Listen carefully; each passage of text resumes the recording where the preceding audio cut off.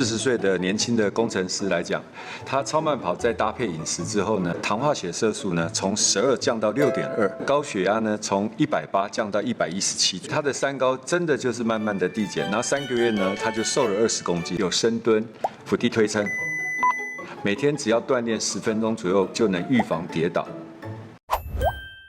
胡乃文开讲了，我是你的老朋友胡医师。各位粉丝们好，我在节目里头曾经介绍过超慢跑，蛮受欢迎的。今天呢，我特别为你邀请到超慢跑的权威，他是帮助很多熟龄朋友们找回健康的体适能专家，欢迎徐栋英徐教官。嗨，胡医师好，各位观众大家好。今天呢，要和你分享超慢跑怎么跑不伤膝盖，抗三高。你是否有肌少症的风险？预防跌倒的秘诀，让你在人生的下半场活力满满，不失能。超慢跑有多厉害？它强心肺，控三高。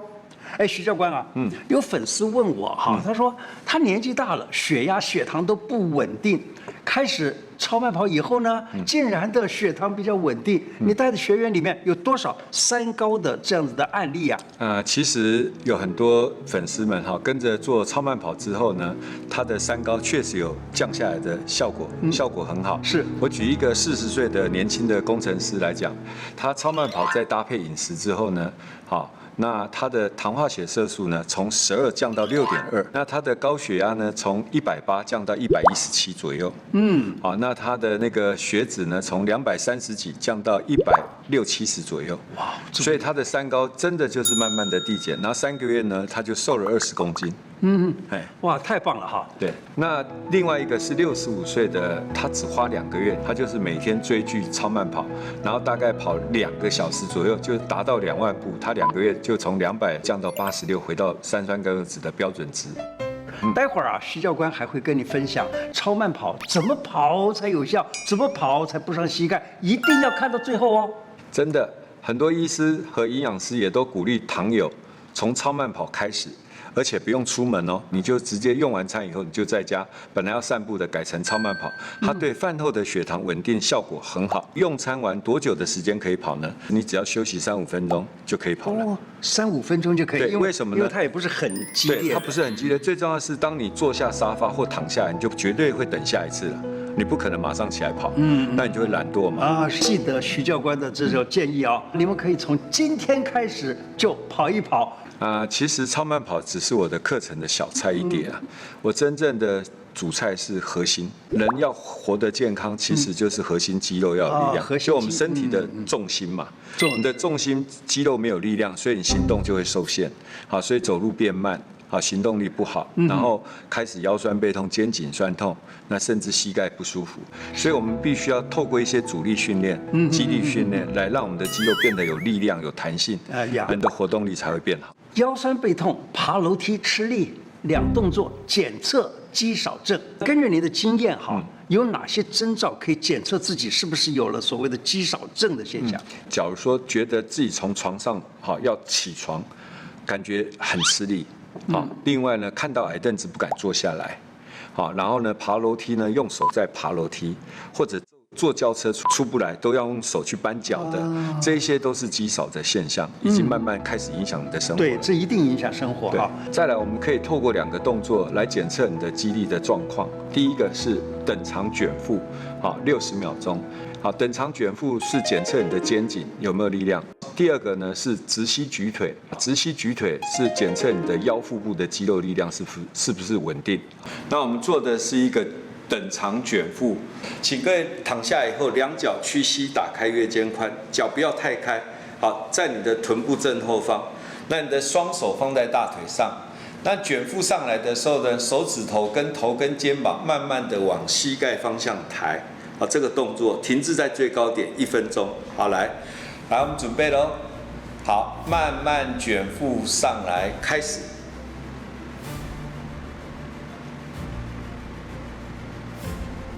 10秒。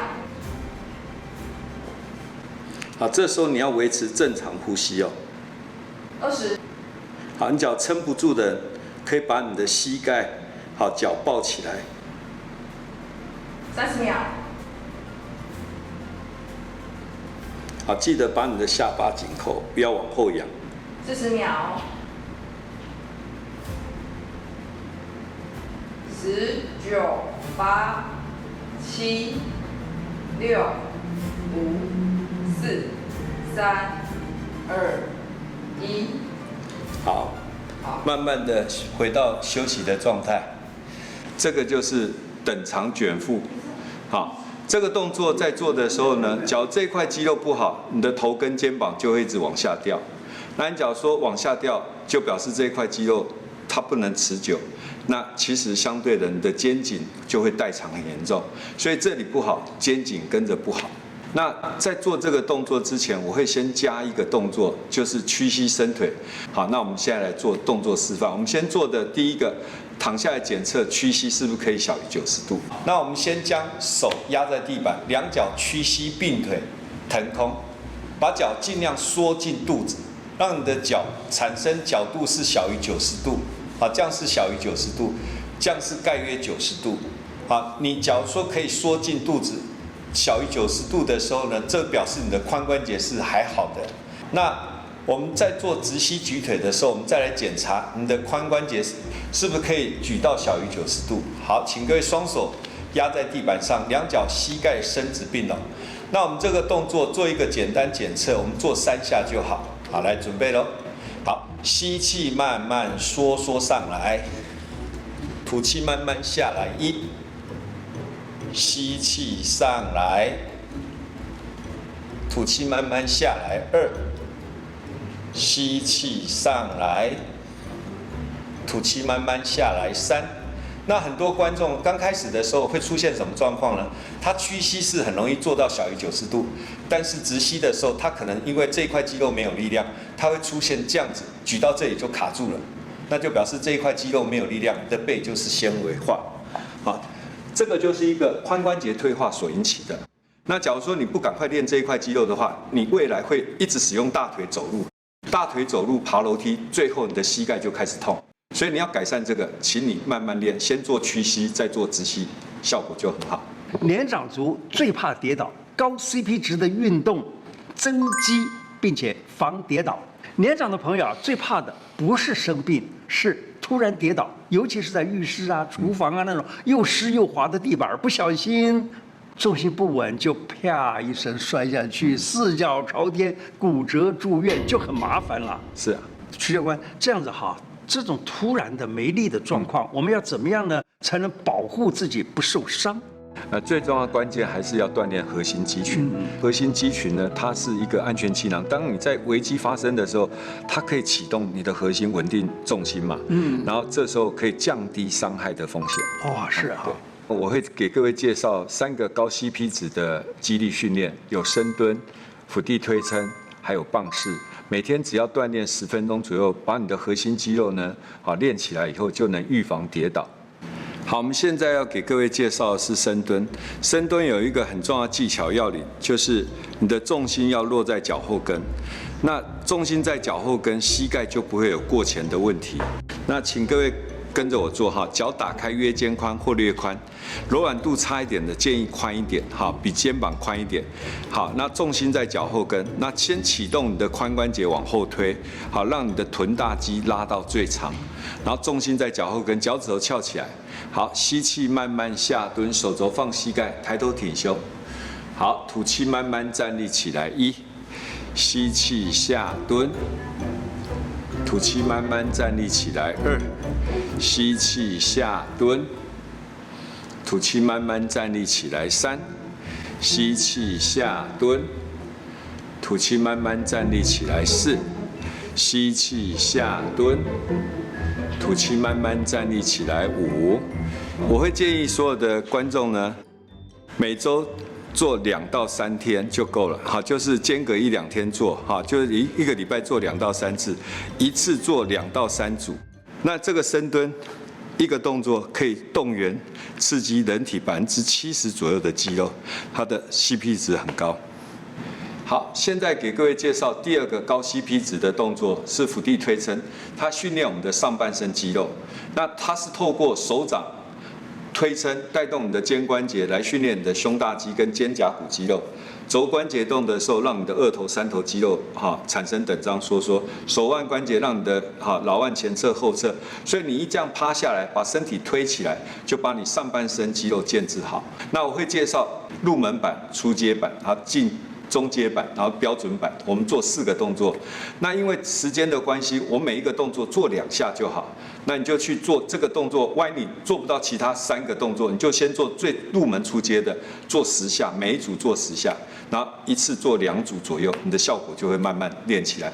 那这个动作练好以后，可以有效解除你的肩颈酸痛，甚至偏头痛。那偏头痛的诱因通常是这个斜方肌纤维化所引起。我训练很多银发族，本来都要吃普拿疼，偏头痛诱发的头痛训练大概3个月到半年以后，他偏头痛不药而愈。所以我介绍这个很重要，我希望各位观众能够慢慢认真学习。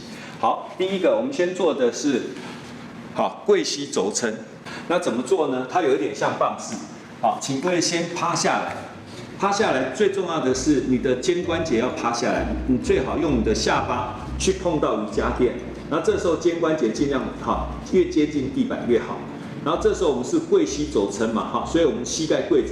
好，各位观众可以看我做示范哦，慢慢推撑起来，把身体推离地板，慢慢曲轴下来1，慢慢推撑起来，慢慢曲轴下来2，好，这样往返10次，好，效果就很好。好，当你这个动作做得越来越轻松，那你就做直膝轴撑。好，膝盖要离地了。好，一样肩关节要趴下来，下巴尽量碰到瑜伽垫。好，慢慢推撑起来，把身体整个撑起来，像棒式一样，慢慢曲轴下来1，慢慢推撑起来，把身体撑离地板，慢慢曲轴下来2。好，这样也是往返10次。当你这个动作越做越好，我们再进阶到用手掌撑。那我们这个叫跪膝掌撑。那你手掌在推的点呢要放在哪里？不要太前面，一定尽量往后拉，拉到你的手腕、手肘尽量垂直。好，手腕跟手肘垂直。那这样推的时候用掌根，好，那手指头微微打开，用掌根来推。好，把一样下巴碰瑜伽垫慢慢推撑起来，把身体推离地板，跪着膝盖。好，跪着膝盖，慢慢曲轴下来1。慢慢推撑起来，这样来回一样10次，慢慢曲轴下来2。好，这样子做得很好的以后呢，我们再把膝盖离开，就是标准版的。好，慢慢推撑起来，把身体推离地板，慢慢曲轴下来1，慢慢推撑起来，慢慢曲轴下来2。我训练银发族10几年来，我的观察，你只要做了就会进步，然后不要否定现在的你。那当你越做越好的时候，当你肌肉好的时候，你就可以解除你身体的不舒服。好，最后一个动作要给各位介绍的是棒式。那这个动作呢，其实它是练你的腰腹部核心。那我们刚刚介绍前面2个，一个是深蹲，是练你的下肢。伏地挺身练你的上肢，然后棒式练你的核心。这3个动作，你只要每天有空做3个动作乘以2组，大概6分钟，每一个动作1分钟，好，6分钟，然后中间休息30秒，10分钟就可以把你的身体健身好。那我们现在来给各位介绍棒式要怎么做哈。好，请各位一样慢慢的趴下来。好，2手肘约肩宽。那怎么检查约肩宽呢？把2个手交叉，那手交叉的时候，这个就刚好你的约肩宽的动作。然后你的手慢慢打开，你可以平行放，也可以三角形放。好，那这随个人的习惯。那最重要是什么？你的肩膀、手肘要垂直，你不要一开始就做错。这时候肩膀落后于手肘，这时候你撑起来会很费力。那你也不要这样子，这个又太窄、太斜了也不行。所以你在做的时候，肩膀、手肘把它垂直，这个很重要。好，那约肩宽，2脚弓起来，脚趾头碰地。那你的脖子呢，尽量看着地板，就颈椎看着地板，不要抬头，也不要低头哈。好，准备咯。好，准备计时哦。来，撑体开始，用力缩腹，核心拉直。好，这时候呢，有6个要领。第一个，好，你的头摆正，好，不要低头，也不要抬头。好，第二个，好10秒，肩膀手肘垂直。好，第3个，用力缩腹。好，第4个，好，用力夹臀。第5个，膝盖挺直。好，第6个，你的脚踝、足踝部进成90度。好，那你在做的过程当中，腹腔尽量缩紧，然后呢，在你的胸腔慢慢吸吐气。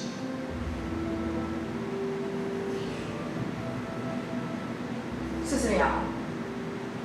好，初学的人可以30秒，也可以60秒。好，量力而为，慢慢做，你会越做越久。50秒。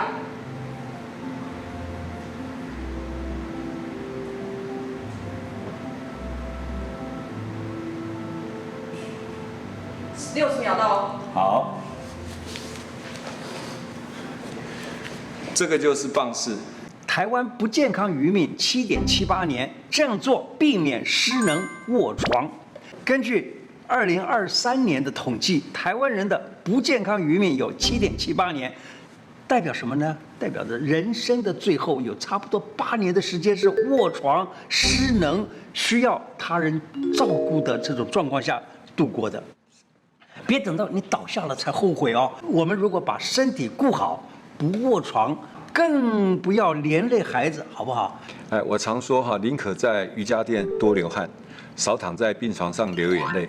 好，想要预防卧床，我建议你常常做这几个动作，譬如说卷腹，好，第2个脚踏车卷腹，啊，第3个手碰脚跟的卷腹。这3个动作呢，你只要把正面核心跟2侧腹部核心练好，所以你就不会卧床了。为各位介绍避免卧床的主要训练的肌群。第一个，我们要训练的是这一块叫腹直肌的源头，它长在哪里呢？长在胸肋骨下面。好，就是腹直肌的上面4块，这是这个肌肉。这个肌肉角失能的话，你起床就需要人家扶你的头跟肩膀抱起来，它就是被照顾开始。各位请看我做示范。那我们因为拍摄的关系，我们每一个动作只做3到5下或3到5组，然后这个动作都是一样，每一个动作要做到10下或10组。好，请各位慢慢看我做示范。好，请所有的观众呢，一样慢慢的坐下来以后，两脚屈膝一样打开约肩宽，脚后跟一样在屁股臀部的正后方，双手放在大腿上。那卷腹上来的时候呢，手指头跟头跟肩膀一样慢慢卷腹上来，然后再慢慢的躺下来。那你躺下来最好手肘碰地，你的头跟肩膀不落地更好。万一真的受不了，你就落地也没关系。好，这个概念好，来准备咯。我们做三下就好，手放大腿。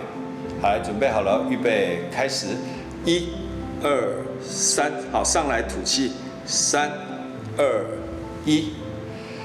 2、3、3、2、1、3、2、3、3、2、1、4、2、3、3、2、1、5、2、3、3、2、1。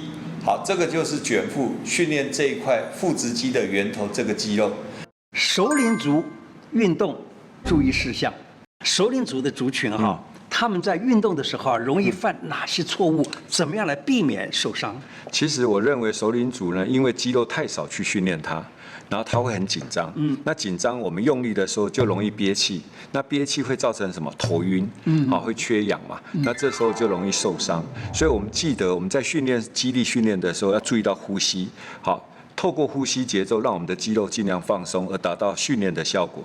降血压的关键动作等长收缩。等长收缩的训练是什么？根据英国运动医学期刊，它的研究显示呢，他说长期练习所谓的等长收缩运动，能够降血压，让血压更稳定。哎，徐教官，很多人啊，他就不能够了解什么是等长收缩，可以跟我们的粉丝们说明一下吗？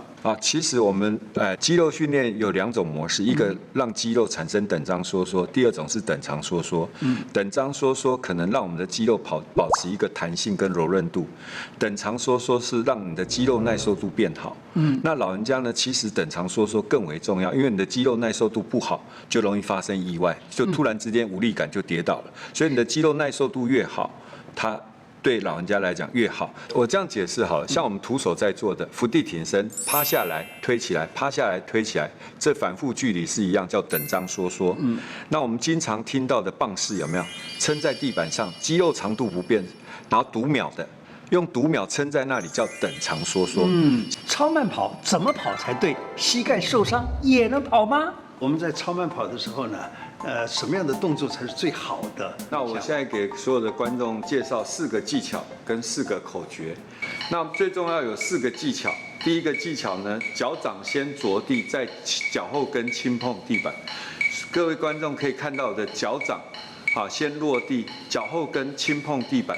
那脚后跟似有似无最好这是第一个技巧。脚掌先着地，在脚后跟轻碰地板。第二个技巧，膝盖微屈。各位观众看我的膝关节，它是没有伸直过的，它的关节是完全是微屈的。第三个要节能减碳，跑步的时候呢，要落地的声音感觉在练轻功一样，就越轻量越好。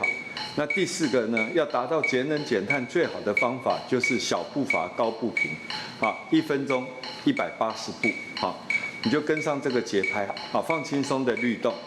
那请听身体4个口诀，这个4个口诀就是身体的回馈，不酸、不痛、不硬、不喘，酸痛硬喘不要找你，你就可以跑很久。徐教练有一本书听说是刚刚好1周年是吗？是，这本书是去年8月7号出刊的。那这一本书呢，其实是一个工具书。第2章呢，就是有标准版跟入门版。那有 QR code 一扫，标准版的动作就会有亲自喊口令做动作给各位示范。那这第2章就是我完整的核心肌肉训练课程。那第3章有私房菜单哦。这私房菜单是我做12年银法的心得，跟大家分享。不想腰酸背痛、膝盖不舒服，请你做这6个动作，你的腰酸背痛就不会找你麻烦了。那最后一个叫平衡感的，不倒翁训练，腿部间歇，对年长者来讲，这个动作只要做得好，保证你不会跌倒，这个平衡感会变得很好。所以这本书很值得推荐给所有的观众。第一题，请问好，很多朋友想知道膝盖正在受伤的人他们可不可以做超慢跑？我还是建议先经过医生的评估，只要觉得腿的受伤没有问题的话，没有大碍的话，你先试试看看原地节拍超慢跑。那只要跑起来不会不舒服的话，就可以跑。那你跑起来会很不舒服，那当然先不要做，先停一停。对。第2题。有些人他脚没有力抬起来，这种状况呢，怎么样来做超慢跑呢？我会建议他，假如说抬脚有疑虑，因为可能他平衡感比较差，那我会建议他先扶着墙壁，然后跟着节拍器在原地扶着墙壁原地节拍超慢跑。那脚只要离地一点点，其实你就律动起来。那这时候你的行动力就会慢慢跟着好。那当你越跑越好的时候，就可以离开墙壁。